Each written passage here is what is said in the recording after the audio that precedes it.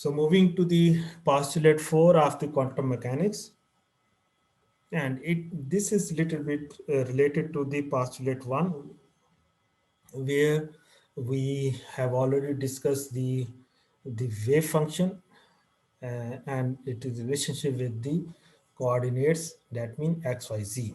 And here this postulate is particularly with the state function psi, and that is the uh, giving the information about the Hamiltonian operator, that is shown over here with the H, and this is also called the total energy operator, because this is equal to the E, and E is the total energy, and this Hamiltonian operator is the total energy. So just refreshing your knowledge, if we take the classical mechanics as an example, so total energy would be equal to the sum of the kinetic energy, that is the translational energy, and the potential energy, and it is given over here. So total energy would be the sum of the translational or kinetic energy and the potential energy, and this is the Hamiltonian operator, as we have discussed, because this is equal to the total energy. So you can replace the E with the H, because these are both equal to each other. So E will also be equal to T plus V, as the H will be equal to E. That's why the H will also be equal to T plus V. The total energy, the sum of the translation and the potential energy. And here these are the operator.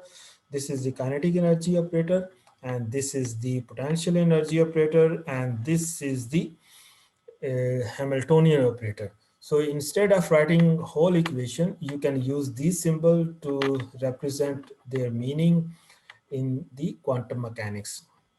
So if you want to spread this one in terms of the momentum, and this total, this the kinetic energy is the half mv square, and in terms of the momentum, because the momentum is the mass into velocity, so you just here multiply m divided by m, so there should not be also the difference without multiplying and dividing with the m. So when you multiply, it would be the m square v square, and mass into velocity is the momentum, so m square v square will be the momentum square, and here you are also dividing with the m, so it would be the 2m. So kinetic energy is also, this is also kinetic energy, or in terms of momentum, this is also the kinetic energy. So the total kinetic energy can be written as the sum of the kinetic energy along the x, y, and the z component. So you just add the rest of the components over here. If this is the p square x over 2m, just for the x direction, then you can use the y coordinate and the z coordinate. So total energy would be the sum of the kinetic energy uh, along the x, y, and the z component. So by using the Schrodinger equation for the three-dimensional box, and this we have also discussed and derived in one of the lecture. So this is the total energy. So you must keep in mind, because here we are going to replace this total energy with the Hamiltonian operator, because Hamiltonian operator is equal to the total energy. So this total energy is the sum of the potential energy, and this is the kinetic energy, sum of the kinetic energy along the x, y, and the z components. So if you take this one as a whole, this is also the total kinetic energy, and this is just written over here. That means this portion is taken as an example, and this is also given over here. So this is in form of the momentum, but this equation, it is in the form of the Schrodinger wave equation, because here we are adding the wave uh, function with this equation, and all these are the kinetic energy, and this is also kinetic energy in terms of the half mv square for the classical mechanics. This is also the kinetic energy in terms of the momentum. This is also kinetic energy, and here this is called the total kinetic energy, the sum of the kinetic energy along the x, y, and the z component. But this is the final equation.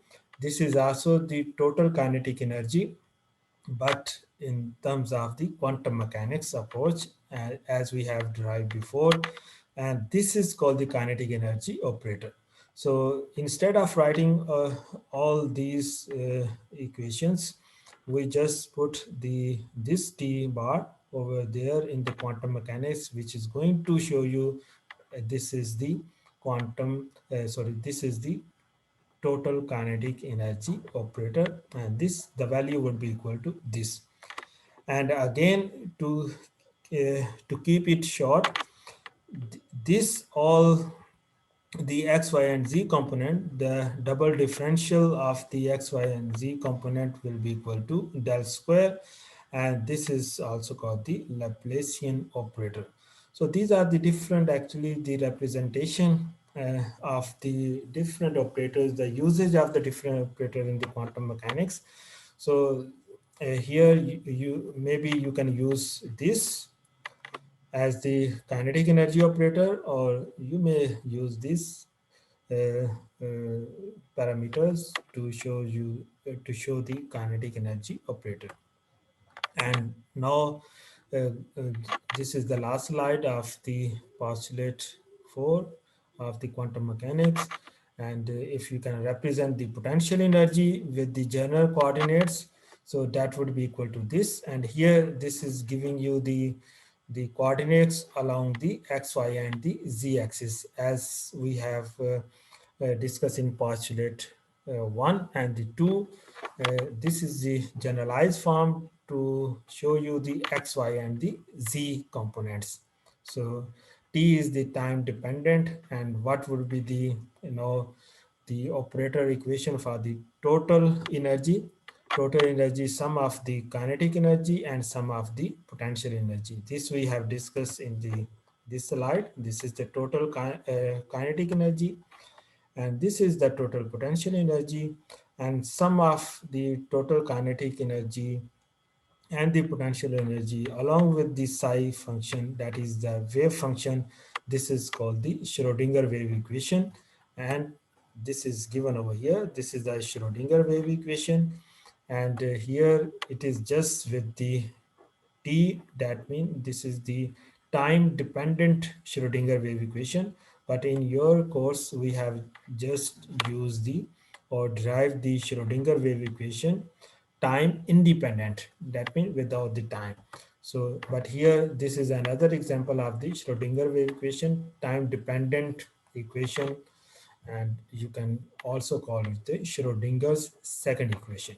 So this all will be equal to Hamiltonian operator, as we have started this postulate with the assumption of this. Hamiltonian operator will be equal to the total energy, and this is the final Hamiltonian operator that would be equal to the total energy, and this is also the Schrodinger time dependent equation. So this is all about the postulates of the quantum mechanics.